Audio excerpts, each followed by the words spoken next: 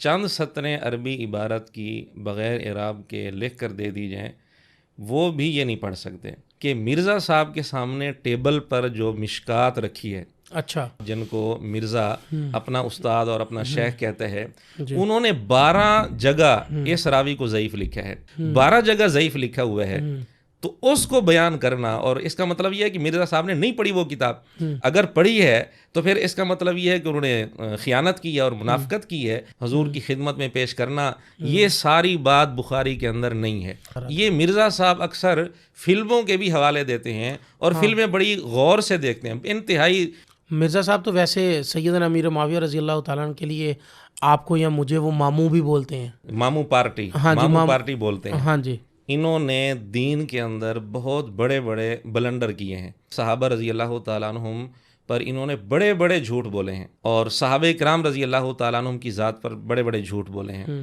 نبی پاک صلی اللہ علیہ وسلم پر مرزا نے جھوٹ بولا صرف اور صرف سیدنا معاویہ رضی اللہ تعالیٰ عنہ کے بارے میں منفی تاثر پیدا کرنے کے لیے۔ اگر مرزا صاحب کے پاس یا ان کے کسی شاگرد کے پاس اس کا حوالہ ہے تو پیش کر دیں۔ محمد علی انجینئر صاحب کو کیا سمجھتے ہیں کہ ان کے عقائد کیا ہے؟ بابِ شیعی کوئی نہیں ہے، یہ جملہ بڑا ان کا میمز بھی بنی اس کے اوپر، بڑا فیمس بھی ہوا یہ جملہ، اور بھی انہوں نے جملہ بولا ہے کہ جی آپ کے مولوی شیعی کوئی نہیں، مولوی ساڈے ٹکر دا ہی کوئی نہیں ہے۔ تو یہ بتائیں کہ آپ کے پاس ان کے جتنے بھی کلپس ہیں ان کے کوئی مدلل آپ کے پاس جواب ہوتے ہیں؟ اور اس نے بالکل الٹ نظریہ پیش کیا کہ ٹرین پر طواف یہ سنت کے زیادہ قریب ہے۔ السلام علیکم ورحمۃ اللہ وبرکاتہ۔ ناظرین، آپ دیکھ رہے ہیں دین اور دنیا ایک ساتھ ود مولانا پوڈ کاسٹ۔ میں ہوں آپ کا ہوسٹ محمد ابو بکر۔ بہت شکریہ آپ نے وقت نکالا ہماری اس ویڈیو کو دیکھنے کے لیے۔ آج دیکھ رہے ہوں گے آپ جیسا کہ میں نے ایک کالا چشمہ لگایا ہوا ہے، پورے پاکستان میں ایک وبا پھیلی ہوئی ہے شوب چشم کی، تو میں بھی اس سے متاثر ہوں، لیکن آج کی ویڈیو اور پوڈ کاسٹ کرنا بہت ضروری تھی۔ میرے ساتھ آج کے مہمان جو ہیں، آپ کو جو سیکھنے پر ملے گا، میرے ساتھ جو مہمان ہیں، میں اکثر ان کی اپنے موبائل کے اوپر ویڈیوز دیکھتا تھا۔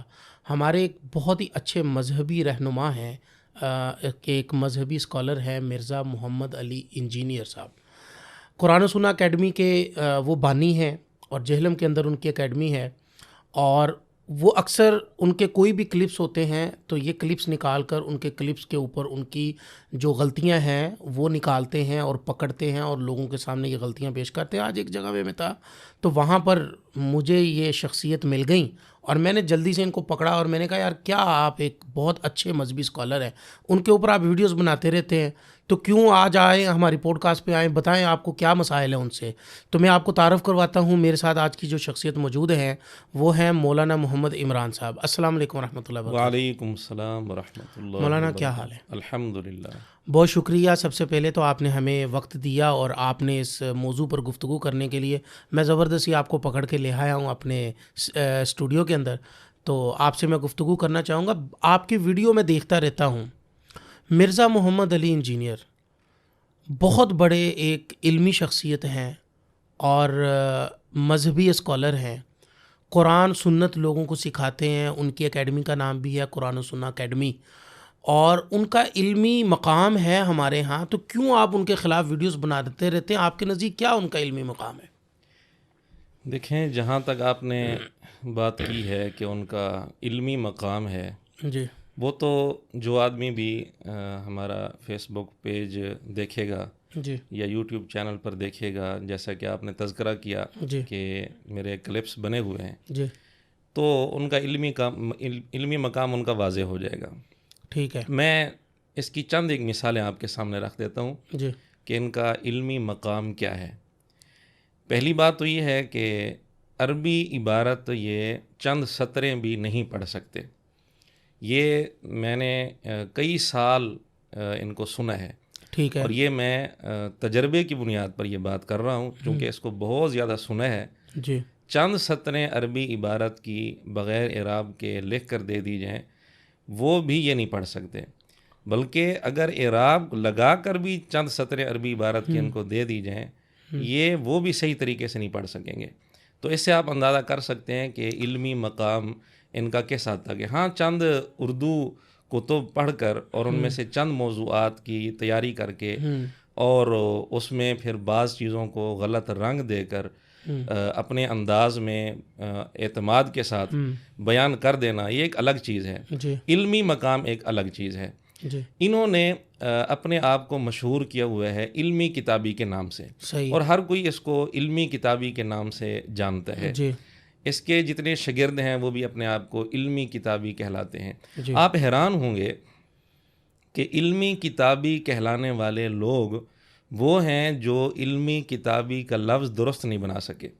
اچھا، یعنی آپ اندازہ کریں، لیکن مولانا آپ کی بات کو میں کاٹ رہا ہوں، ان کا علم تو ہے، وہ جو بھی بات کرتے ہیں ان کی ساری باتیں قرآن اور حدیث سے ہوتی ہیں، وہ قرآن کی آیت بتلاتے ہیں، اور اگر وہ احادیث سے ہو تو وہ حدیث نمبر باقاعدہ طور پہ بتاتے ہیں۔ نہیں ایسا بھی نہیں، چند ایک چیزیں ہیں جی جو نمبر بتاتے ہیں جی اور حدیثیں واقعتاً موجود ہوتی ہیں، ٹھیک ہے، لیکن اس کی آڑ میں بہت ساری باتیں وہ ایسی کرتے ہیں جو سراسر جھوٹ ہوتی ہیں، ان کا حقیقت سے کوئی تعلق نہیں ہوتا، اور یا پھر وہ روایات ایسی ہوتی ہیں جو بالکل بے بنیاد ہوتی ہیں، جن کا کوئی صحیح سند کے ساتھ، حتیٰ کہ ایسی روایات بیان کرتے ہیں کہ جن کا ضعیف سند کے ساتھ بھی کہیں کوئی حوالہ نہیں ملتا، بے بنیاد روایات لیکن وہ بیان کہ کر رہے حوالہ ہوتے تو دیتے ہیں نا، وہ کتاب نمبر یہ ہے۔ ہیں۔ ہاں، بعض یہ نہیں کہ ہر روایت کے ساتھ وہ حوالہ دیتے ہیں، ایسا نہیں اچھا، ہے، چند روایات کا وہ حوالہ دے دیتے ہیں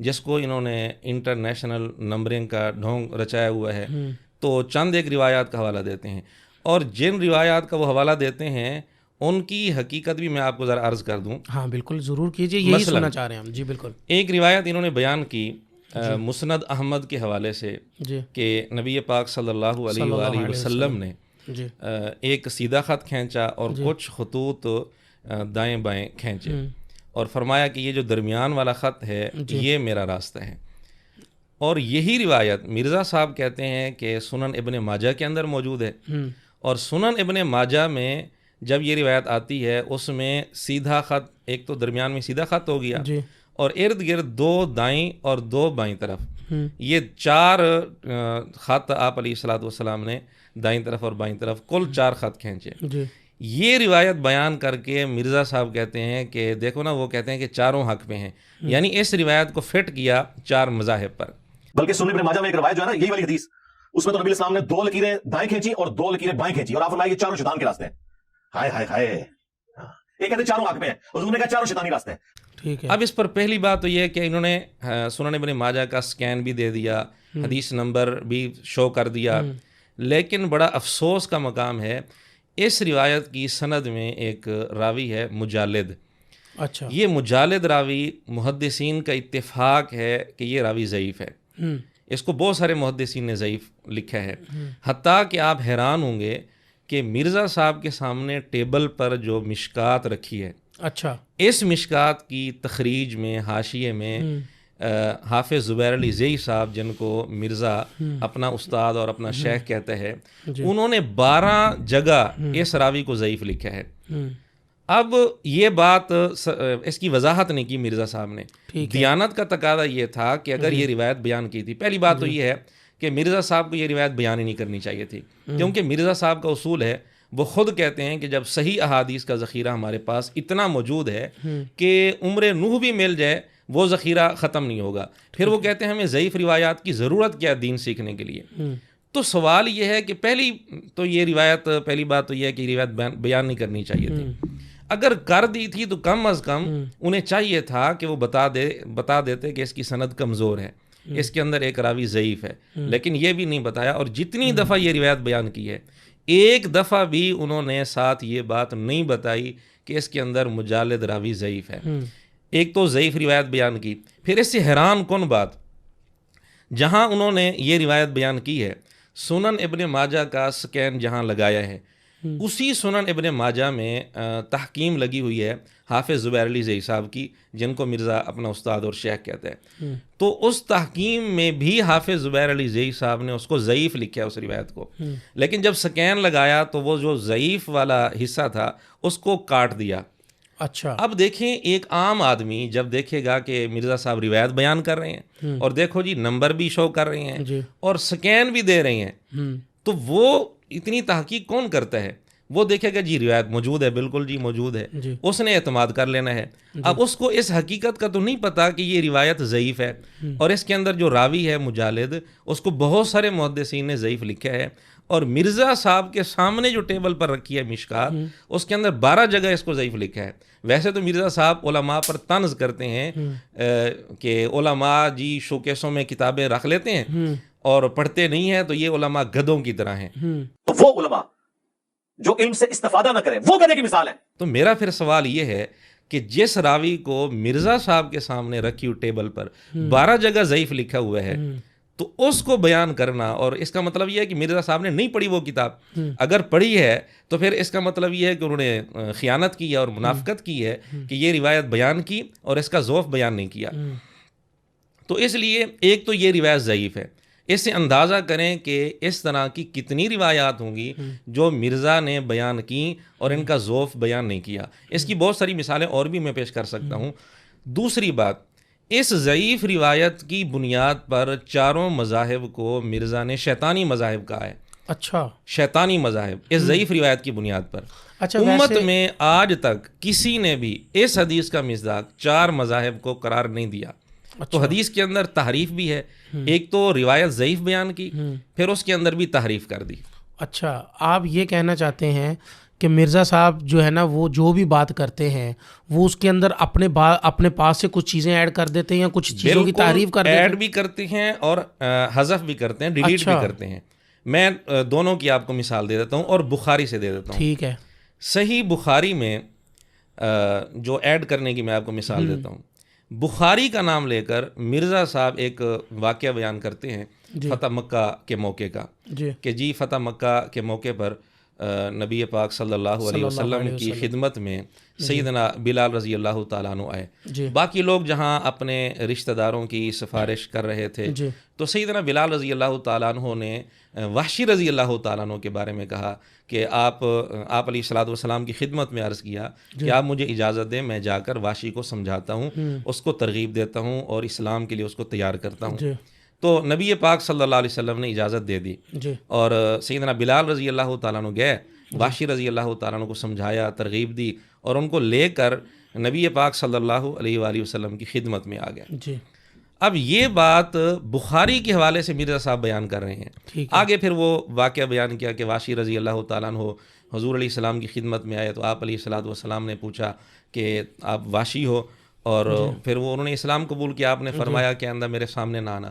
اگلی بات تو ہے صحیح بخاری میں، لیکن مرزا صاحب نے بخاری کا نام لے کر پہلی بات اس میں ایڈ کی ہے کہ سیدنا بلال رضی اللہ تعالیٰ عنہ کا حضور علیہ الصلوۃ والسلام سے یہ عرض کرنا کہ میں جا کر واشی کو سمجھاتا ہوں، اور پھر واشی کو جا کر ان کا سمجھانا اور واشی کو لے کر آنا، حضور کی خدمت میں پیش کرنا، یہ ساری بات بخاری کے اندر نہیں ہے۔ بات کروں گا جو ان کے لیے بہت بڑی پھکی ہے، صحیح بخاری میں حدیث ہے، واشی نے فتح مکہ کے موقع پر اسلام قبول کر لیا۔ ویسے تو بھاگ کے وہ طائف چلا گیا تھا، حضرت بلال حبشی بھی چونکہ حبشی تھے، واشی بھی حبشی تھا۔ اچھا، یہ کہیں اور بھی نہیں؟ بلکہ آپ حیران ہوں گے، بخاری کے علاوہ بھی کسی بھی حدیث کے اندر یہ نہیں ہے۔ ہاں، یہی بات میں پوچھنا چاہ رہا۔ یہ مرزا صاحب اکثر فلموں کے بھی حوالے دیتے ہیں، اور فلمیں بڑی غور سے دیکھتے ہیں، انتہائی بڑی دقت نظر سے دیکھتے ہیں۔ کسی فلم کے اندر یہ کوئی سین دکھایا گیا ہو وہ الگ بات ہے، لیکن ہمیں کسی حدیث کے اندر یہ بات نہیں ملی۔ اچھا، یعنی کہ یہ حضرت بلال حبشی رضی اللہ تعالیٰ عنہ کا حضور علیہ الصلوۃ والسلام کے پاس جانا، حضرت واشی کے لیے سفارش کرنا، کہیں پر بھی بالکل نہیں، کسی حدیث میں نہیں ہے، کسی حدیث میں نہیں، کسی حدیث میں۔ اور یہ حضرت واشی وہی ہیں جنہوں نے جو حضرت امیر حمزہ رضی اللہ تعالیٰ عنہ کے پہلے قاتل تھے، بعد میں یہ اسلام لے آئے۔ اسلام کو بالکل ایسے ہی ہے۔ تو آپ کے پاس جو ان کے جتنے بھی، میں تو یہ سمجھتا ہوں چونکہ میں خود بھی ان کو دیکھتا ہوں، سنتا ہوں، ان کی زبان تھوڑی سی تلخ ضرور ہے، میں اپنے لحاظ سے بات کرتا ہوں، لیکن وہ جو دلیل دیتے ہیں نا، ان کی مدلل گفتگو کے آپ کے پاس کوئی جواب ہوتا ہے؟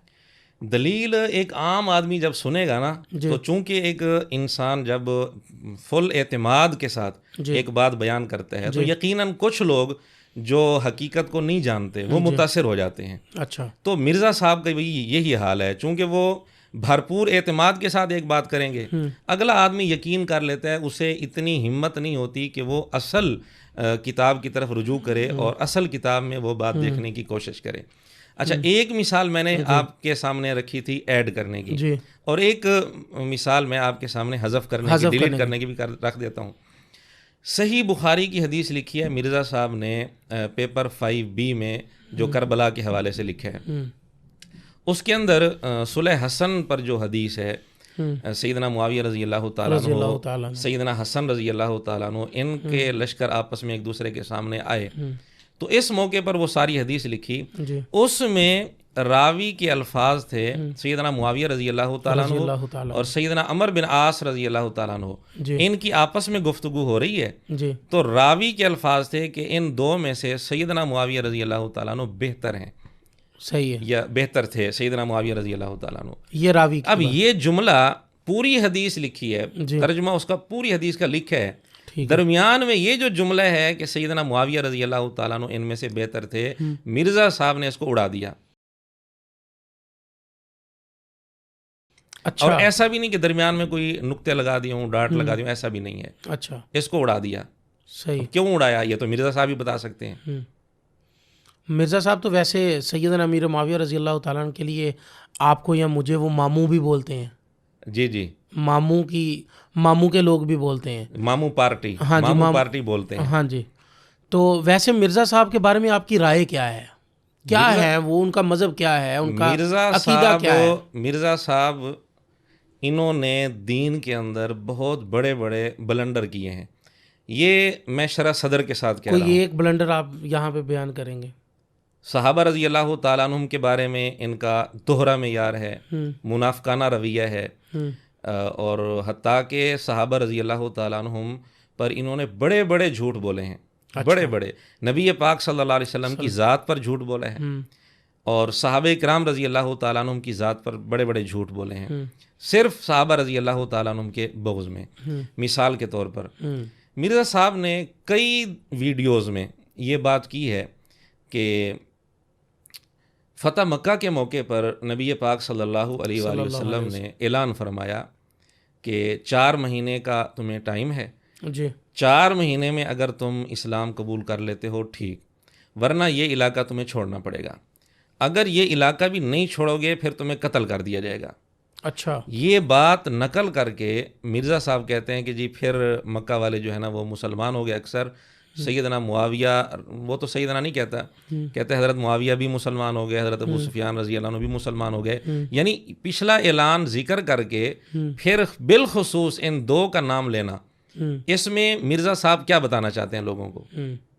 واضح بات ہے کہ یہی بتانا چاہتے ہیں کہ چونکہ یہ اعلان ہو گیا وہ ڈر کر مسلمان ہوئے. اچھا. اس ڈر سے کہ اب اگر ہم نہیں مسلمان ہوتے تو ہمیں قتل کر دیا جائے گا یا ہمیں علاقہ چھوڑنا پڑے گا. تو اگرچہ انہوں نے یہ الفاظ نہیں بولے, لیکن یہ اعلان بیان کر کے ذکر کر کے پھر آگے ان کا نام لینا, حضرت معاویہ رضی اللہ عنہ کا, حضرت ابو سفیان رضی اللہ عنہ کا, وہ مسلمان ہو گئے. حقیقت یہ ہے کہ فتح مکہ کے موقع پر ایسا کوئی اعلان نبی پاک صلی اللہ علیہ وسلم نے نہیں کیا. کسی بھی کتاب میں اس کا کوئی ثبوت نہیں ہے. کوئی ثبوت. خالصتاً نبی پاک صلی اللہ علیہ وسلم پر مرزا نے جھوٹ بولا صرف اور صرف سیدنا معاویہ رضی اللہ تعالیٰ عنہ کے بارے میں منفی تاثر پیدا کرنے کے لیے. تو نبی السلام نے وہی آیت تلاوت کی سورہ یوسف کی, لا تثریب علیکم اليوم, آج تم پہ کوئی گرفت نہیں ہے. یہ آپشن ہے, قبول کر لو. اب بھی اگر کلمہ پڑھنا ہے تو پڑھ لو, یا تلوار سے بچنا چاہتے ہو تو ہم سے جنگ نہ کرو, عرب کی سرزمین چھوڑ کے چلے جاؤ. اگر یہاں پر رہو گے تو پھر قتل کیے جاؤ گے, عذاب استحصال تمہارے اوپر آ جائے گا. ابو سفیان نے بھی کلمہ پڑھ لیا, حضرت معاویہ نے بھی کلمہ پڑھ لیا, باقی لوگوں نے بھی کلمہ پڑھ لیا. اگر مرزا صاحب کے پاس یا ان کے کسی شاگرد کے پاس اس کا حوالہ ہے تو پیش کر دیں کہ یہ 4 مہینے. ہاں وہ کہتے ہیں سورۃ توبہ کے اندر 4 مہینے کی مہلت کا اعلان ہوا ہے. سورۃ توبہ فتح مکہ کے بعد نازل ہو رہی ہے. ایسے ہی فتح مکہ کے موقع پر سورۃ توبہ نازل ہی نہیں ہوئی تھی. جو سورت بعد میں نازل ہوئی ہے وہ اعلان فتح مکہ کے موقع پر کیسے ہو سکتا ہے؟ اس کا حوالہ وہاں پر نہیں دیا جا سکتا. بالکل نہیں دیا جا سکتا, بالکل ایسے, کیونکہ نازل اس لیے یہ نبی پاک صلی اللہ علیہ وسلم پر جھوٹ ہے. صحیح ہے. نمبر 2, سیدنا فاروق اعظم رضی اللہ تعالیٰ عنہ پر مرزا نے بہت بڑا جھوٹ بولا. وہ بات یہ ہو رہی تھی, سیدنا عثمان رضی اللہ تعالیٰ عنہ کی شہادت کے اصلی اسباب کے نام سے ان کا ایک کلپ ہے. تو سیدنا عثمان رضی اللہ تعالیٰ عنہ کے بارے میں مرزے نے یہ تاثر دیا کہ انہوں نے قریبی رشتہ داروں کو نوازا تھا اور ان کو گورنر بنا دیا تھا. یہ پھر ایک الگ موضوع ہے, اصل جو بات چل رہی ہے میں وہ اس کی طرف آنا چاہتا ہوں کہ اس بات کو بیان کرتے ہوئے مرزا کہتے ہیں کہ انہوں نے اپنے رشتہ داروں کو گورنر بنا دیا تھا جو فتح مکہ پر مسلمان ہوئے تھے، ان کو گورنر بنا دیا تھا، جبکہ فاروق اعظم رضی اللہ تعالیٰ عنہ کے بارے میں کہتے ہیں انہوں نے کہا تھا کہ فتح مکہ پر اسلام لانے والوں کی 3 نسلوں کو بھی عہدہ نہیں دینا۔ حالانکہ حضرت عمر نے کہا تھا کہ جو لوگ فتح مکہ پہ مسلمان ہوئے ان کی 3 نسلوں میں بھی کسی کو کسی عہدے پر فائز نہ کرنا، کیونکہ ان کی ابھی برین واشنگ اس طرح نہیں ہوئی ہے۔ اچھا، یہ مرزا صاحب نے فاروق اعظم رضی اللہ تعالیٰ عنہ پر بہت بڑا جھوٹ بولا ہے۔ ایسا کوئی فرمان فاروق اعظم رضی اللہ تعالیٰ عنہ کا کہیں موجود نہیں ہے۔ یہ خالصتاً سیدنا عمر رضی اللہ تعالیٰ عنہ پر جھوٹ بولا، اور کیوں جھوٹ بولا؟ صرف اور صرف سیدنا معاویہ رضی اللہ تعالیٰ عنہ سے بغض کی وجہ سے، ورنہ اگر ثبوت ہے ان کے پاس تو پیش کر دیں۔ اور آپ حیران ہوں گے، جی، مکہ کا اسلام کی تاریخ میں مکہ مکرمہ کا پہلا گورنر بنو امیہ کا ایک فرد ہے، اس کا نام ہے عتاب بن اسید رضی اللہ تعالیٰ عنہ۔ اچھا، اور یہ وہ ہیں جو عین فتح مکہ کے موقع پر ہی مسلمان ہوئے تھے۔ صحیح، یعنی جو صحابی فتح مکہ کے موقع پر مسلمان ہو رہا ہے، نبی پاک صلی اللہ علیہ وآلہ وسلم اس کو مکہ کا گورنر بنا رہے ہیں۔ گورنر بنا رہے ہیں۔ اگر مرزا اس موقع پر ہوتا تو مرزا پھر اعتراض کرتا کہ جی ابھی تو مسلمان ہوئے ہیں، اور مرزے نے اس کلپ میں یہ بات کی کہ فاروق اعظم رضی اللہ تعالیٰ عنہ کا قول نقل کر کے کہتے ہیں کہ جی وہ فتح مکہ پر جو مسلمان ہوئے تھے ان کی تو ابھی تربیت نہیں ہوئی تھی، تو ان کو پھر عہدہ دینا یہ تو ٹھیک نہیں ہے۔ اچھا، تو اس نے پھر وہاں یہی بات کرنی تھی نبی پاک صلی اللہ علیہ وسلم کے سامنے کہ یا رسول اللہ، عتاب تو ابھی مسلمان ہوئے ہیں، ان کی تو تربیت نہیں ہوئی، آپ ان کو گورنر بنا رہے ہیں۔ اس نے نبی پاک صلی اللہ علیہ وسلم پر بھی اعتراض کرنا تھا۔ اچھا، عتاب بن اسید رضی اللہ تعالیٰ عنہ فتح مکہ پر مسلمان ہوئے، بنو امیہ کے فرد ہیں۔ بنو امیہ جن کو مرزا واضح لفظوں میں نعوذ باللہ بندر تک کہتا ہے، اچھا، بدماش تک کہتا ہے، اور بھی بہت سخت الفاظ استعمال کرتا ہے۔ میں نے اپنے ممبر پہ بنو امیہ کے، بنو مروان کے بندروں کو کودتے ہوئے دیکھا، یہ بھی حضرت ابو ہریرہ نے روایت کیا ہے۔ یہ ہیں عتاب بن اسید جو اسلام کی تاریخ میں مکہ مکرمہ کے پہلے گورنر ہیں، اللہ، اور پھر نبی پاک صلی اللہ علیہ وسلم جب تک حیات رہے وہ گورنر ہی رہے، گورنر تبدیل نہیں ہوا۔ اور یہ گورنر حضور علیہ الصلوۃ والسلام، جی، حضور علیہ الصلوۃ والسلام نے مقرر کیا، اور پھر صدیق اکبر رضی اللہ تعالیٰ عنہ کے پورے دور خلافت میں وہی گورنر رہے، گورنر نہیں تبدیل ہوا۔ اور جن دنوں میں سیدنا صدیق اکبر رضی اللہ تعالیٰ عنہ کی وفات ہوئی تو انہی دنوں میں ہی ان کی وفات ہوئی، یعنی وہ وفات تک مکہ مکرمہ کے گورنر آپ رہے۔ یہ کہنا چاہتے ہیں کہ جو حضور علیہ الصلوۃ والسلام کا لگایا ہوا گورنر اپنی موت تک، اپنی وفات تک بالکل گورنر رہے، گورنر ہے، اور یہ وہ تھے جو فتح مکہ پر ہی مسلمان ہوئے۔ فتح مکہ پر مسلمان۔ اچھا، پھر سیدنا معاویہ رضی اللہ تعالیٰ عنہ کو فاروق اعظم رضی اللہ تعالیٰ عنہ نے خود گورنر لگایا تھا۔ ٹھیک ہے، کیا سیدنا فاروق اعظم رضی اللہ تعالیٰ عنہ کو نہیں پتا تھا؟ یعنی یہ عقلی طور پر دیکھا جائے تو یہ فرما ہی نہیں سکتے فاروق اعظم رضی اللہ تعالیٰ عنہ کہ 3 نسلوں تک، ان کی 3 نسلوں تک کسی کو عہدہ نہ دینا، جو خود عہدہ دے رہے ہیں سیدنا معاویہ رضی اللہ تعالیٰ عنہ کو۔ یہاں مرزا صاحب ایک اور بہت بڑا بلنڈر کرتے ہیں کہ جی سیدنا معاویہ رضی اللہ تعالیٰ عنہ کو بس لوگوں نے بنا دیا گورنر، اور فاروق اعظم رضی اللہ تعالیٰ عنہ کو جب پتہ چلا تو ٹھیک ہے، جو لوگوں نے چونکہ بنا دیا ہے اس لیے اب وہ گورنر رہیں۔ یعنی فاروق اعظم رضی اللہ تعالیٰ عنہ اتنے کو نرم تھے، اتنی کو لچک دکھاتے تھے اس حوالے سے۔ اگر سیدنا معاویہ رضی اللہ تعالیٰ عنہ کا گورنر بننا درست نہیں تھا تو محض لوگوں کے بنانے کی وجہ سے فاروق اعظم رضی اللہ تعالیٰ عنہ لچک دکھا گیا ہوں، یہ تو ہو ہی نہیں سکتا۔ ہو ہی نہیں سکتا، بالکل ایسے۔ اس لیے فاروق اعظم رضی اللہ تعالیٰ عنہ نے ہی گورنر بنایا، اور اپنے اختیار سے بنایا گورنر۔ اور پھر یہاں مرزا ایک اور بھی بلنڈر کرتا ہے، وہ کہتا ہے کہ جی فاروق اعظم رضی اللہ تعالیٰ عنہ کی یہ عادت تھی، ان کا یہ معمول تھا کہ ہر 4 سال بعد گورنر تبدیل کر دیتے تھے۔ صحیح ہے۔ پہلی بات تو یہ ہے کہ اس کا کہیں کوئی ثبوت نہیں ہے، اللہ، 4 سال بعد یہ سارا اس نے غلط بیانی کی ہے سیدنا معاویہ رضی اللہ تعالیٰ عنہ کے بغض میں۔ اب دوسری بات کہ تاریخ جو رجال کی کتابیں یا صحابہ رضی اللہ تعالیٰ عنہ کے حالات پر کتابیں لکھی گئی ہیں جن کے حوالے خود مرزا صاحب بھی دیتے ہیں، الاصابہ ہے، الاستیاب ہے، اسد الغابہ ہے، آپ ان کے حالات میں دیکھیں سیدنا معاویہ رضی اللہ تعالیٰ عنہ کے حالات میں کہ جب یہ گورنر بنے ہیں تو فاروق اعظم رضی اللہ تعالیٰ عنہ کی جب شہادت ہوئی ہے اس وقت 4 سال سے زیادہ عرصہ گزر گیا تھا۔ اچھا، یہ بھی ایک حیران کن بات ہے۔ یعنی اگر یہ بات مان لی جائے کہ 4 سال کے بعد مرزا کہتا ہے کہ چونکہ گورنر تبدیل کر دیتے تھے اور سیدنا معاویہ رضی اللہ تعالیٰ عنہ کو 4 سال نہیں ہوئے تھے، اگر 4 سال ہو جاتے حضرت عمر رضی اللہ تعالیٰ عنہ ان کو تبدیل کر دیتے. یہ بھی بات جھوٹ نکلی.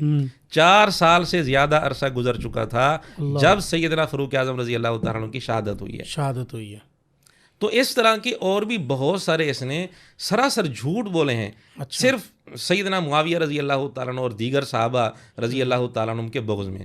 اچھا ایک اور میں آپ کو مثال عرض کر دیتا ہوں. صحیح بخاری کا نام لے کر ایک روایت بیان کی جی سیدنا زبیر رضی اللہ تعالیٰ عنہ کے بارے میں کہ مشہور حدیث ہے صحیح بخاری کی کہ جب سیدنا زبیر رضی اللہ تعالیٰ عنہ کی شہادت ہو گئی تو ان پر قرضے بہت زیادہ تھے. صحیح. اور ان کے بیٹوں نے پھر وہ قرضے ادا کیے ان کی جائیداد وغیرہ بیچ کر. تو امید تو نہیں تھی کہ وہ قرضے ادا ہو جائیں گے، لیکن اللہ تعالیٰ نے برکت ڈالی اور قرضے بھی ادا ہو گئے اور جائیداد بھی کافی حصہ ہر وارث کے پاس آ گیا. تو یہ روایت بیان کرتے ہوئے مرزے نے بڑے بڑے الزام لگائے ہیں یہاں. اچھا پہلی بات مرزا نے یہ کی کہ سیدنا زبیر رضی اللہ تعالیٰ عنہ کی عادت بیان کی کہ لوگ ان کے پاس امانتیں رکھتے تھے اور سیدنا زبیر رضی اللہ تعالیٰ عنہ آگے لوگوں کو دے دیتے تھے. اب آپ سوچیں گے حضرت زبیر اشرا مبشرہ اور وہ جنگ جمل سے ایک دن پہلے اپنے بیٹے کو کہہ رہے ہیں، بخاری کے الفاظ ہے کہ ہو سکتا ہے میں کل مارا جاؤں تو تمہیں میرا قرض اتارنا ہے. اب آپ سوچیں گے کہ اس کے اوپر قرض اربوں روپے کا ہے، وہ کتنے کی رہے. ہوا یہ تھا کہ اس زمانے میں بینک نہیں ہوتے تھے، لوگ جو ہے وہ بڑے لوگوں کے پاس اپنی مانتے رکھواتے تھے، وہ مانتے انہوں نے رکھوا دی، آگے انہوں نے وہ بھی غریبوں میں بانٹنی شروع کر دی. اب یہ صحابی پر کیا الزام لگایا جا رہا ہے کہ وہ امانتوں میں خیانت کرتے تھے. بالکل ایسے. جبکہ امانت اگر کسی کے پاس رکھی جائے جی تو وہ امانت تو اس مالک کی اجازت کے بغیر کسی کو نہیں دی جا سکتی. اگر کوئی دیتا ہے کسی کو یہ تو امانت کے اندر خیانت ہے. اب یہ سیدنا زبیر رضی اللہ تعالیٰ عنہ جن کو محبوب دو عالم صلی اللہ علیہ وسلم فرما رہے ہیں کہ یہ میرے حواری ہیں جی، اور جن کے بارے میں محبوب دو عالم صلی اللہ علیہ وسلم فرما رہے ہیں کہ ان پر میرے ماں باپ قربان. بالکل ایسے. سیدنا زبیر رضی اللہ تعالیٰ عنہ کے بارے میں یہ تاثر دینا کہ وہ امانتوں کی رعایت نہیں کرتے تھے اور وہ امانتیں جو ان کے پاس رکھی ہوتی تھی آگے دے دیتے تھے، یہ بہت بڑا الزام ہے. حقیقت یہ تھی کہ وہ لوگوں کو کہہ دیتے تھے کہ یہ قرض ہے تمہارا. اچھا. یہ امانت نہیں بلکہ قرض ہے. اب میری مرضی جس کو جیسے چاہوں اس کو خرچ کروں، کسی کو دوں، یہ قرض ہوگا. جب انسان قرض لیتا ہے تو اس کو جیسے چاہے استعمال کر سکتا ہے. تو اب قرض والی بات اگر کی جائے اس کے اندر بالکل الگ بات ہے. اگر امانت والی بات کی جائے تو اس میں بالکل منفی تاثر پیدا ہوتا ہے ایک صحابی کے بارے میں، اور صحابی بھی اتنا عظیم الشان صحابی. ایک تو مرزا نے یہ الزام لگایا. دوسری بات مرزا نے یہ کی، یہی بخاری کی حدیث بیان کرتے ہوئے کہ جی پھر وہ ایسا ہوا کہ بس وہ قرضے بھی کیسے ادا ہوئے چھوڑو. یہ مرزے کا انداز ہے کہ جی وہ اس طرح ادا ہوئے کہ لاکھوں کی جائیداد تھی اور کروڑوں میں حضرت معاویہ رضی اللہ تعالیٰ نے خرید لی اور بیت المال کے پیسے سے خریدی. بعد میں کتنی مشکل سے حضرت عبداللہ بن زبیر نے وہ قرضہ اتارا ہے اور وہ اس طرح اتارا ہے، وہ بھی خیر کیا اتارا ہے، وہ بیت المال سے پیسہ گیا سارا. حضرت معاویہ کو ریکویسٹ کی کہ حضرت زبیر کی یہ زمین ہے، وہ زمین تھی سپوز 1 کروڑ روپے کی، انہوں نے کہا یار یہ آپ 1 ارب کی خرید لیں تو چلیں. تو حضرت معاویہ نے جیب سے کوئی نہیں دیا، بیت المال سے ان کو پیسے دیے. اس طرح مختلف جگہوں سے پیسے کٹ کر کے انہوں نے اپنے باپ کا قرضہ اتارا. اچھا. یہ اس یعنی مختصر جملوں میں 2 بڑے بڑے الزام اور لگ گئے. بالکل ایسے ہی ہے. پہلی بات کہ لاکھوں کی جائیداد تھی اور حضرت معاویہ رضی اللہ تعالیٰ نے کروڑوں کی خرید لی، اس طرح قرضے ادا ہوئے. یہ بالکل جھوٹ ہے. جتنے کی باقی صحابہ نے جس ریٹ پر زمینیں خریدی تھیں اسی ریٹ پر حضرت معاویہ رضی اللہ تعالیٰ نے زمین خریدی تھی. اچھا. یعنی اگر وہ زمین 1 لاکھ کی تھی تو مرزا کہتا ہے کہ حضرت معاویہ رضی اللہ تعالیٰ نے 1 کروڑ کی خرید لی. ہاں جی. تو کیا باقی صحابہ نے وہ 1 لاکھ کی زمین 1 کروڑ کی خریدی تھی؟ بالکل. کون ایسا کرتا ہے کہ 1 لاکھ کی زمین ہو اور 1 کروڑ کی خریدے؟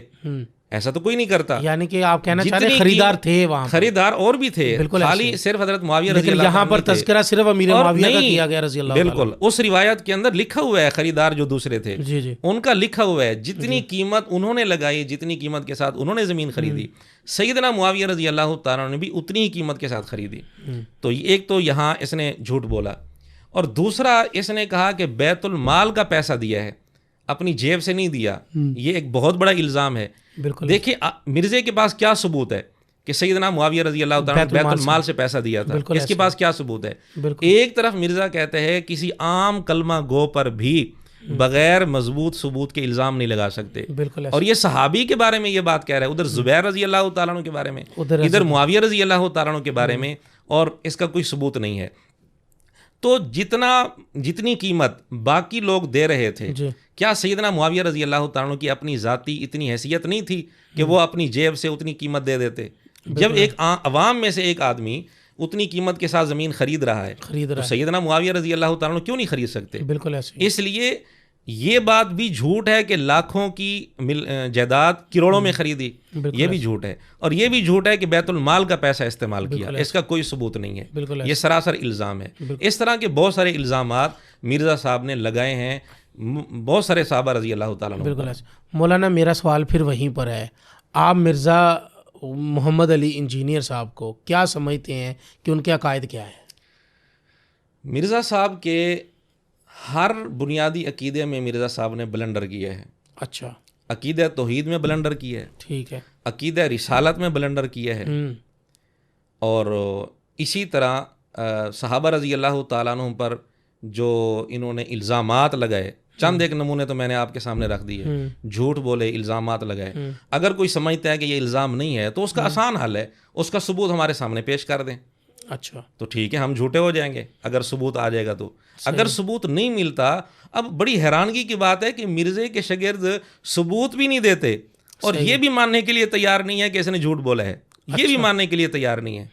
یعنی گالیاں تو وہ دیتے ہیں لیکن نہ ثبوت دیتے ہیں نہ اس کو جھوٹا ماننے کے لیے تیار ہیں. اچھا مولانا، میں آپ کی بات کٹ کر رہا ہوں. میرے پاس نا یہ ایک موبائل ہے، میں نے ایک کلپ دیکھا تھا، مرزا محمد علی انجینئر دامت برکاتہم وہ فرماتے ہیں کہ موبائل سے قرآن پاک دیکھ کر پڑھنا، آج کے دور میں موبائل سے قرآن پاک دیکھ کر پڑھنا اور صحابہ اکرام کا حضور علیہ الصلوۃ والسلام کے دور میں قرآن پاک پڑھنے سے زیادہ بہتر ہے. تو دو ثواب تو مل رہے ہیں ان کو جو موبائل پہ پڑھ رہے ہیں. صحابہ کو تو ایک ثواب ملتا تھا، لیکن پھر بھی صحابہ سے زیادہ ثواب مل رہا ہے عام بندے کو، کیونکہ الفاظ دیکھ بھی رہے اور پڑھ بھی رہے. اے فقیر انجینئرنگ کریں گے تھوڑے نال، اللہ کے فضل نال. تو یہ کلپ آپ کی نظر سے گزرا ہے؟ جی یہ بات انہوں نے کی ہے. یہ بات کیا آپ سمجھتے ہیں ہم جو قرآن پاک پڑھتے ہیں، میں بھی پڑھتا ہوں اکثر موبائل سے قرآن پاک دیکھ کے ہم پڑھ لیتے ہیں، تو یہ کیا ہمیں صحابہ اکرام سے زیادہ اس کی فضیلت ہے اور ہمیں زیادہ اس کا اجر ملتا ہے؟ دیکھیں اس کی دلیل تو مرزا صاحب کو دینی چاہیے. ایک بندہ جو دعویٰ کر رہا ہے جی دلیل اس کو دینی چاہیے بھی صحابہ رضی اللہ تعالیٰ عنہ جو قرآن پڑھتے تھے جی اور ہم جو موبائل پر دیکھ کر قرآن پڑھتے ہیں ہمیں ثواب زیادہ ملتا ہے، اس کے دلیل تو ان کے ذمہ ہے اور اس پر انہوں نے کوئی دلیل پیش نہیں کی. جب دلیل پیش نہیں کی تو یہ بات تو بالکل حقیقت کی یہ کیا صحابہ اکرام صحابہ رضی اللہ تعالیٰ. ہاں جی یہ صحابہ اکرام کی گستاخی ہے. ہاں جی صحابہ اگر بغیر ظاہر ہے بغیر ثبوت کے یہ بات ہو رہی ہے، بالکل ایسے ہی. اور یقیناً صحابہ رضی اللہ تعالیٰ عنہ کے بارے میں اس طرح کی بات کرنا یعنی کہ صحابہ اکرام کا درجہ، ہمارا درجہ صحابہ اکرام سے اوپر لے کر جانا، یا اپنے اکیڈمیز کے اندر جو لوگ بیٹھے ہوئے ہیں قرآن پاک موبائل سے دیکھ کر پڑھتے ہیں ان کا رتبہ زیادہ لے کے جانا، یہ صحابہ اکرام کی توہین ہے، بالکل بے ادبی ہے. اچھا پھر ایک اور بات ہے، مرزا صاحب اکثر کہتے ہیں اپنے جملوں میں، یہ جو جملہ بولتے ہیں میں ویسے سنتا رہتا ہوں ان کو، اکثر وہ جملہ جو بولتے ہیں یہ بابد شاہی کوئی نہیں ہے. یہ جملہ بڑا ان کا میمز بھی بنی اس کے اوپر، بڑا فیمس بھی ہوا یہ جملہ. اور بھی انہوں نے جملہ بولا ہے کہ جی آپ کے مولوی دے شاہی کوئی نہیں، مولوی دے ساڈے ٹکر دا ہی کوئی نہیں ہے. تو یہ بتائیں کہ آپ کے پاس ان کے جتنے بھی کلپس ہیں ان کے کوئی مدلل آپ کے پاس جواب ہوتے ہیں؟ میرے پاس ان کے جواب، ہاں جی وہ تو میرے کلپس دیکھ کر اندازہ ہو سکتا ہے. اچھا سینکڑوں ہزاروں لوگ میرے کلپس پر یہ کمنٹس میں واضح طور پر یہ تسلیم کر رہے ہوتے ہیں اچھا کہ واقعتاً یہ جواب ہے، اور ان کلپس کا مرزا کے پاس کوئی جواب نہیں ہے. صحیح ہے. ہم نے مرزا کے جتنے جھوٹ واضح کیے ہیں اور جتنی خیانتیں واضح کی ہیں، جتنی منافقت واضح کی ہے، تو مرزا نے ان کا جواب نہیں دیا. مرزا کا کوئی شاگرد بھی جواب دینے کے لیے تیار نہیں ہے. ٹھیک ہے. اس لیے یہ بات تو بالکل واضح ہے کہ مرزا کے اندر بہت زیادہ ایک دوہرا معیار ہے. اچھا چلے، آپ نے جب سے آپ آئے ہیں آپ مرزا محمد علی انجینئر کی غلطیاں بیان کر رہے ہیں، ان کی کوئی اچھائی بھی تو آپ نے دیکھی ہوگی. جب آپ غلطیاں دیکھ رہے ہیں تو کوئی اچھائی بیان کر دیں یہاں پر. اچھائی، ایک اچھائی مجھے نظر آتی ہے. ہاں بیان کریں. بالکل. اچھائی یہ ہے کہ مرزا صاحب اپنی باتوں سے پکڑے جاتے ہیں. یہ اچھائی ہے. یہ اچھائی ہے نا، ہمارے لیے اچھائی ہے. اچھا. کہ ہمارے لیے پکڑنا آسان ہو جاتا ہے. اچھا. جو فتویٰ یہ دوسروں پر لگاتے ہیں اسی فتوے کی زد میں ایک دوسری ویڈیو میں خود آ رہے ہوتے ہیں. ٹھیک ہے. بالکل اسی فتوے کی زد میں. ٹھیک ہے. مثال کے طور پر المحنت پر انہوں نے اعتراض کیا کہ المحنت میں علماء دیوبند نے، ان کے اکابرین نے، ان کے بڑوں نے اپنے مخالفین کے لیے شیطانی لشکر کا لفظ استعمال کیا ہے، شیطان کہا ہے. تو کہتا ہے کہ یہ ان کی لینگویج ہے، یہ ان کا اخلاق ہے، یہ تو فرقہ واریت پھیلاتے رہے ہیں، یہ ان کے بڑے کام ڈال کر گئے ہیں. یعنی اس پر اس نے بہت برا تبصرہ کیا، منفی تبصرہ کیا. تو میں نے پھر اس پر ایک کلپ بنایا جس میں نے تقریباً کوئی 6-7 نمونے پیش کیے، حوالے ثبوت پیش کیے کہ مرزا خود اپنے مخالف علماء کو واضح طور پر شیطان کہہ رہا ہے. ایک جگہ اس نے کہا قرآن کریم کے اندر جہاں آتا ہے کہ شیاطین نظر نہیں آتے، اچھا انہو یراکم ہوا وقبیلہ من حیث لا ترونہم، کہ شیطان تمہیں دیکھتے ہیں، تم شیطان کو نہیں دیکھ سکتے. اس آیت کی تفسیر کر رہا ہے مرزا قرآن کلاس میں، کہتے ہیں کہ شیطان ویسے نظر نہیں آتا، البتہ جمعہ کے دن ممبروں پر آپ کو شیاطین نظر آ جائیں گے. انہو یراکم، بے شک وہ تو دیکھتا ہے تمہیں، ہوا وقبیلہ، وہ بھی اور اس کی پورا کنبہ، من حیث لا ترونہم، وہاں سے جہاں تم نہیں اسے دیکھتے. ظاہر جنات میں نظر تو نہیں آتے جب تک کہ کوئی ایسے خاص جن جو انسانی شکل میں نہ آ جائے، جو اکثر جمعے کے خطبوں میں ممبروں پہ نظر آتے ہیں آپ کو. اس کے علاوہ تو آپ کو شیاطین نظر نہیں آ سکتے. اس کے علاوہ کہیں شیطان نظر نہیں آئے گا. اب بڑا افسوس ہے، یعنی چکلوں میں اس کو شیطان نظر نہیں آتا. جہاں فحاشی کے اڈے ہیں، جہاں کفر ہے، جہاں الہاد ہے، اسرائیل کے اندر اس کو کہیں شیطان نظر نہیں آتا، امریکہ اور یورپ کے اندر اس کو شیطان نظر نہیں آیا. شیطان اس کو صرف یہیں نظر آیا. کہتے اس کے علاوہ کہیں شیطان نظر نہیں آتا. یعنی کہ اب تمام علماء کو اس نے واضح لفظوں میں شیطان کہا ہے. ٹھیک ہے. اب جو فتویٰ اس نے المحنت پر لگایا ہے، کیا مرزے کے شاگرد یہی فتویٰ مرزے پر لگانے کے لیے تیار ہیں؟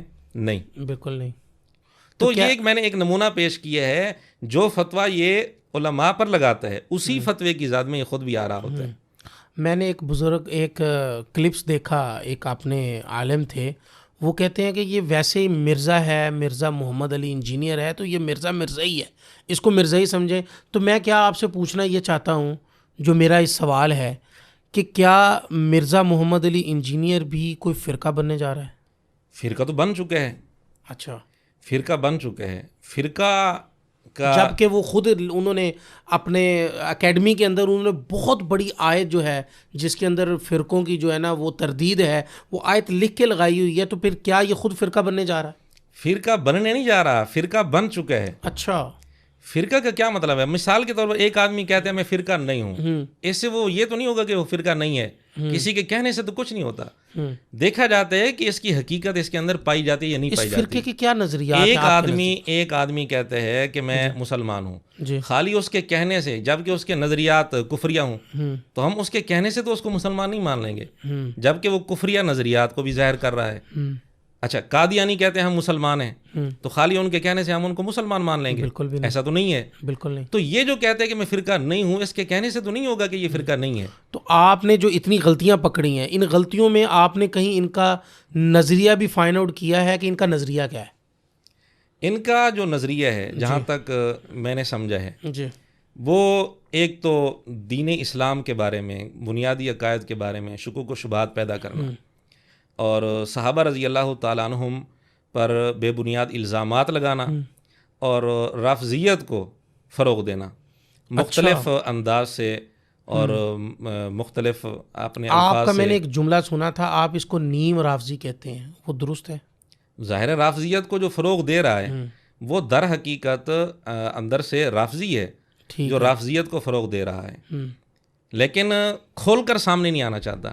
میں آپ کو اس کا ایک جملہ سنانا چاہتا ہوں. ٹھیک ہے.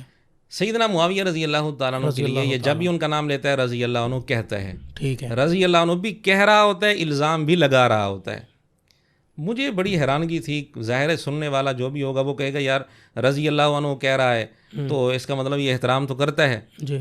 لیکن اس کا اصل مقصد کیا تھا؟ ایک جملے سے اس کی حقیقت معلوم ہو گئی. مفتی فضل ہمدرد کو اس نے انٹرویو دیا، اس کے دوران اس نے اہل تشیع کو مخاطب کر کے کہا کہ تم نے حضرت معاویہ رضی اللہ تعالیٰ عنہ پر سینکڑوں سال لعنتیں بھیج کر وہ کام نہیں کیا جو میں نے ان 10 سالوں میں رضی اللہ عنہ کہہ کر دیا ہے. اچھا جی یہ باقاعدہ ریکارڈ آن ریکارڈ بات ہے. بالکل. اگر میں یہ بات کر رہا ہوں، اب مجھے کوئی یعنی شیعہ علی ہونے کا سرٹیفکیٹ میں نے کسی سے لینا ہے؟ تم لوگوں نے پوری زندگی یعنی سینکڑوں سال امیر شام پہ لانتیں بھیج کے ان کی غلطی لوگوں پہ عیانی کی، ہم نے ان 10 سالوں میں رضی اللہ عنہ کہہ کے پوری دنیا کے سامنے ایکسپوز کر دیا.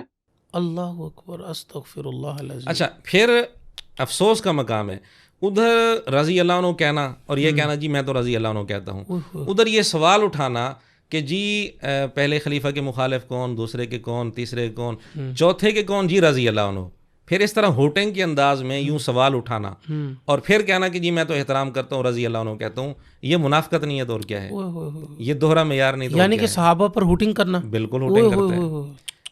اور اس سے سوال کیا گیا کہ آپ جب سیدنا معاویہ رضی اللہ عنہ کی اتنی غلطیاں بیان کرتے ہیں تو رضی اللہ عنہ کیوں کہتے ہیں؟ تو کہتے ہیں میں دل پر پتھر رکھ کر کہتا ہوں. سب کچھ جانے کے باوجود آپ بھی معاویہ کو رضی اللہ عنہ کس دل سے اور سوچ کے تحت کرتے ہیں؟ یار بڑی بات جو آپ دے چکے ہو، چھڑ دو یار، دل پہ پتھر رکھ کے کہتے ہیں، ہمیں پتہ ہے. اچھا اس سے پوچھا گیا معاویہ نام رکھنا کیسے ہے؟ کہتے ہیں ہمارے دل دکھی ہیں، یہ نام نہیں رکھنا چاہیے. اس سے بڑھ کر پرویز نام کے متعلق اس سے پوچھا گیا تو کہتا ہے کہ ٹھیک ہے اس نے گستاخی کی تھی، نبی پاک صلی اللہ علیہ وسلم کا دل بھی دکھا تھا، گستاخی کی تھی، حضور علیہ الصلوۃ والسلام کا دل بھی دکھا تھا، لیکن نام رکھنے میں تو کوئی حرج نہیں. اندازہ کریں آپ، جس نے حضور علیہ السلام کی گستاخی کی، دل دکھایا، جو کافر تھا، پکا ٹھکا کافر تھا، اور حضور علیہ السلام کا دل بھی دکھایا تھا، تو کہتا ہے کہ وہ اس کا معاملہ تھا، نام میں تو کوئی حرج نہیں. علی بھائی میرا نام پرویز ہے، کہتے ہیں گستاخ رسول تھا، جی وہ تھا تو اس سے کیا فرق پڑ گیا میرے بھائی. لیکن جب سیدنا معاویہ رضی اللہ عنہ کے نام کے بارے میں پوچھا گیا کہ یہ نام رکھنا کیسے ہے، وہ صحابی ہیں، نبی پاک صلی اللہ علیہ وسلم کے صحابی ہیں، تو وہ وہاں یہ اس کی منطق شروع ہو جاتی ہے کہ جی چونکہ سیدنا علی رضی اللہ تعالیٰ عنہ کی انہوں نے مخالفت کی تھی، جنگیں لڑی تھیں، اس لیے ہمارے دل دکھی ہیں تو یہ نام نہیں رکھنا چاہیے. ہم تو معاویہ نام رکھنے کے لیے تیار نہیں ہے، تم لوگوں نے کنیت رکھی ہوئی ہے ابو یزید. اب پرویز نام رکھنا بالکل صحیح ہے اور معاویہ نام پر اس کو دکھ ہے، اس کی کہاں شریعت کے اندر کہاں اجازت ہے؟ حضرت معاویہ کے علاوہ اور صحابہ کے نام معاویہ ہیں. میں نے یہ کہا تھا یہ پریفریبل نہیں ہے، ضرورت نہیں ہے، امت کے دل دکھے میں. یہ کون سا دین ہے اور یہ دین کی کون سی خدمت ہے ہو رہی ہے؟ اچھا یعنی کہ یہ ساری چیزیں جو ہے نا وہ صحابہ اکرام کو تنقید کی جا رہی ہے، نہ کہ اسلام پھیلایا جا رہا ہے. بالکل بالکل ایسا ہے، یہ اسلام کی خدمت نہیں ہو رہی. اچھا اور یہ کہتا ہے کہ فرقہ، جی ہمارے اندر فرقہ واریت نہیں ہے، ہم فرقہ نہیں ہیں. پھر کہتا ہے کہ جی فرقہ تو وہ ہوتا ہے نا جو یہ خود ہی تشریح کرتا ہے، جو فرق کہتے ہیں پتے کو جو درخت سے ٹوٹ کر گرے، یہ اس کی اپنی تشریح ہے. تو جو ٹوٹا ہوا ہے نا وہ فرقہ ہے. تو میں ثابت کرتا ہوں کہ یہ پوری امت سے ٹوٹا ہوا ہے. کئی عقائد اس کے ایسے ہیں کہ جو پوری امت میں نہیں تھے. اچھا پوری امت سے تو ٹوٹ گیا. منی خدا کا اس نے نظریہ پیش کیا، پوری امت کے اندر نہیں تھا، اس نے نظریہ پیش کیا. اچھا اس نے لفظ رحمان کے متعلق نظریہ پیش کیا کہ الرحمن یہ تو اللہ تعالیٰ کے لیے استعمال ہوگا، بغیر الف لام کے رحمان کا لفظ غیر اللہ کے لیے، عام انسان کے لیے استعمال ہو سکتا ہے. یہ نظریہ امت کے اندر کہیں نہیں تھا. ہاں جی رحمان کا نام جو ہے نا وہ پکارا جاتا ہے، رحمان کہتے ہیں رحم کرنے والے کو. اللہ کا نام رحمان نہیں ہے، اللہ کا نام ہے الرحمان. اچھا اسی طرح کچھ مسائل بھی ایسے ہیں. اچھا ٹرین پر طواف سنت کے زیادہ قریب ہے، یہ نظریہ امت کے اندر کہیں نہیں تھا. استغفر اللہ. کہتے ہیں موٹر بائک پر اگر طواف کیا جائے تو یہ بھی صحیح ہے، ٹرین کا اگر انتظام ہو جائے اور ٹرین پر طواف کیا جائے یہ سنت کے زیادہ قریب ہے. تو موٹر بائک کے اوپر بھی طواف ہو سکتا ہے، کوئی مسئلہ نہیں اس کے اندر. سواری تو نبی علیہ السلام نے یوز کی ہے. کل کو اگر یہ ایسی ٹرین چلا دیں طواف کعبہ کے لیے کہ جس کے اندر لوگ بیٹھ کے طواف کریں اور اس کے وہ چکر بنے ہوئے ہوں اس طرح کے، تو وہ سنت کے زیادہ قریب ہو جائے گا، کیونکہ نبی صلی اللہ علیہ وآلہ وسلم نے اونٹ پہ بیٹھ کے طواف کعبہ کیا. یعنی یہ تو مسئلہ پہلے امت کے اندر تھا کہ سوار ہو کر طواف کرنا یہ اس کی اجازت ہے یا نہیں ہے، گنجائش ہے یا نہیں ہے، لیکن پوری امت اس پر متفق تھی کہ پیدل طواف افضل ہے. اس پر تو ساری امت متفق تھی. اور اس نے بالکل الٹ نظریہ پیش کیا کہ ٹرین پر طواف یہ سنت کے زیادہ قریب ہے. اب یہ بھی پھر سوال پیدا ہوگا ٹرین کہاں چلائی جائے گی؟ مسجد حرام کے اندر چلائی جائے گی یا باہر چلائی جائے گی؟ مسجد حرام کے اندر تو نہیں چلائی جا سکتی. اگر باہر چلائی جائے گی ایک اور اجماع کی مخالفت ہوگی. پوری امت کا اس پر اجماع ہے کہ طواف صرف مسجد حرام میں ہو سکتا ہے. مسجد حرام کے باہر نہیں ہو سکتا، کیونکہ باہر تو پھر بہت سارا علاقہ ہے، بالکل وہ تو پورا مکہ شہر ہے، پھر ارد گرد تو پھر پوری دنیا آ جاتی ہے باہر میں، اس کا مطلب پھر وہ باہر کہیں بھی کتنی دور سے کوئی چکر لگا لے طواف ہو جائے، تو اس پر اجماع ہے کہ مسجد حرام کے اندر ہی طواف ہو سکتا ہے۔ اچھا کیا بات ہے، مرزا صاحب جو ہے نا وہ کسی بھی عالم کو عالم دین ماننے کے لیے تیار نہیں ہے، ظاہر ہے ان کے نزدیک جو ہے نا وہ ایک جو ہے وہ غامدی صاحب ہی سب سے بڑے عالم ہیں، اگر جب ان سے سوال ہوتا ہے غامدی صاحب سب سے بڑے عالم بھی ہیں اور غامدی صاحب جاہل بھی ہیں، یہ بھی عجیب بات ہے۔ نہیں، جاہل تو انہوں نے کہیں نہیں بالکل کہا ہے، جاہل کہا ہے، اس نے کہا ہے جب غامدی مرزا نے جب یہ نعرہ لگایا، اور اس نعرے کا تذکرہ غامدی صاحب کیا ہوا کہ جی کچھ لوگ یہ کہتے ہیں بابے تو شے کوئی نہیں، بابوں کا جہاں اور کتابوں کا جہاں، اور بابوں کا خدا اور کتابوں کا خدا، یہ بات غامدی کے سامنے رکھی گئی تو غامدی نے جو بات کی وہ ساری بات کا حاصل یہ ہے کہ مرزے کو اس نے گندی مکھی قرار دیا، کہ جیسے گندی مکھی وہ گند پر بیٹھتی ہے، اور مرزے نے بھی اس طرح غلط باتیں، الگ منفی باتیں، بلکہ ان کو غلط رنگ دے کر، منفی رنگ دے کر اس طرح کی باتیں اکٹھی کی ہوئی ہیں، تو اس پر مرزے کو غصہ آ گیا، اور مرزے نے یہ کہا کہ یہ تو جاہل ہے۔ اچھا، اور پھر اسے پوچھا گیا کہ آپ نے جاہل کیوں کہہ دیا غامدی کو؟ تو مرزا اس کے جواب میں بھی کہتا ہے کہ جی میں اور بھی بہت کچھ کہہ سکتا تھا، میں کہہ سکتا تھا کہ اہل بیت کا دشمن ہے، میں اس سے بڑھ کر باتیں کر سکتا تھا، یہ میں نے نرم سے نرم، ہلکے سے ہلکا لفظ استعمال کیا جاہل، ورنہ اور بڑے بڑے لفظ اس کے لیے استعمال کر سکتا تھا۔ یہ آن ریکارڈ بات ہے؟ جی بالکل آن ریکارڈ بات ہے۔ اچھا، اس میں مجھے ہلکے سے ہلکا لفظ بولنا چاہیے تھا نا، اگر تو کہنا چاہیے تھا تیرے سے بڑا منافق کوئی نہیں ہے، تیرے سے بڑا ملعون کوئی نہیں ہے۔ تو ایک طرف جب اپنی مخالف بات آئی تو وہی بندہ جاہل بن گیا، اور جب دیکھتا ہے کہ علماء کی تو میں نے مخالفت کرنی ہے، علماء کی مخالفت میں آ کر پھر وہی بندہ دنیا کا سب سے بڑا عالم بن چونکہ گیا۔ میرے نزدیک سے نا وہ کلپ گزرا ہوا ہے ان کا، جن میں ان سے سوال ہوتا ہے کہ آپ کا پسندیدہ عالم کون ہے، انہوں نے کہا جی سب سے پسندیدہ عالم اگر اس دور کا میں سمجھتا ہوں کہ غامدی صاحب سے بڑا کوئی عالم نہیں ہے۔ جی جی، لیکن جب مرزے کے خلاف بات ہوتی ہے تو وہی آدمی جاہل بھی بن جاتا ہے، یعنی کہ اس کا مطلب یہ ہوا کہ کوئی نہیں ہے اس کا، جتنے علماء ہیں وہ جب اس کی مخالفت کریں گے بالکل تو وہ فتوے لگیں گے ان کے اوپر، اور مرزا صاحب جو کوئی اس کی حوصلہ افزائی کرے گا، اس کی تعریف کر دے گا، وہ بہت بڑا عالم بھی بن جائے گا، بہت بڑا اسکالر بھی بن جائے گا، اس کی تعریفیں بھی ہوں گی۔ جو تھوڑی سی مخالفت کرے گا اس پر فتوے لگنا شروع ہو جائیں گے، اس کا معیار کوئی نہیں ہے۔ یعنی کہ آپ یوں کہنا چاہ رہے ہیں کہ جہاں پر اتنے فرقے بنے ہوئے ہیں وہاں پر ایک فرقہ فرقہ اور جنم پا چکا ہے، بالکل کوئی شک اور اس کی پرورش ہو رہی ہے، اور اس کی تعداد بڑھ رہی ہے، اور اس کی تعداد بڑھتے بڑھتے لوگوں کو مزید قریب کیا جا رہا ہے۔ ایسے ہی ہے، بالکل ایسے۔ مولانا آج تو ہم آپ کو زبردستی لے آئے تھے، اور میں نے بہت سارے سوال آپ سے جو کیے ہیں، اور آپ نے بڑے تفصیل کے ساتھ اس کے جواب بھی دیے ہیں۔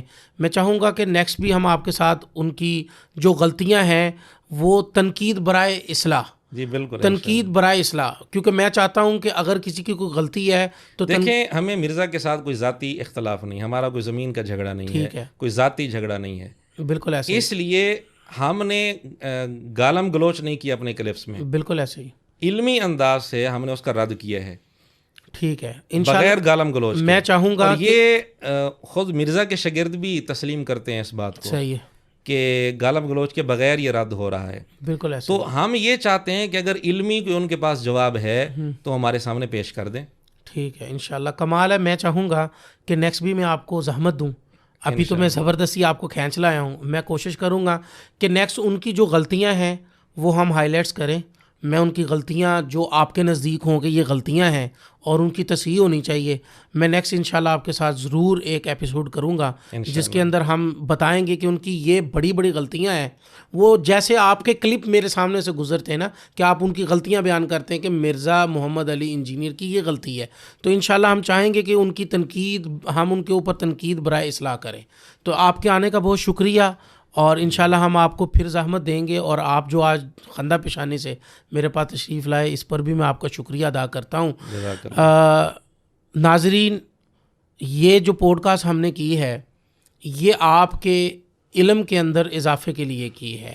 بہت ساری ایسی چیزیں ہوتی ہیں کہ آپ سمجھ رہے ہوتے ہیں کہ ایک بہت بڑا مذہبی اسکالر ہے، غلطی ہو سکتی ہے، کوئی بھی کامل انسان نہیں ہے، کوئی بھی مکمل انسان نہیں ہے، تو غلطی مجھ سے بھی ہو سکتی ہے، آپ سے بھی ہو سکتی ہے، اور غلطی مولانا سے بھی ہو سکتی ہے، اور غلطی مرزا صاحب سے بھی ہو سکتی ہے۔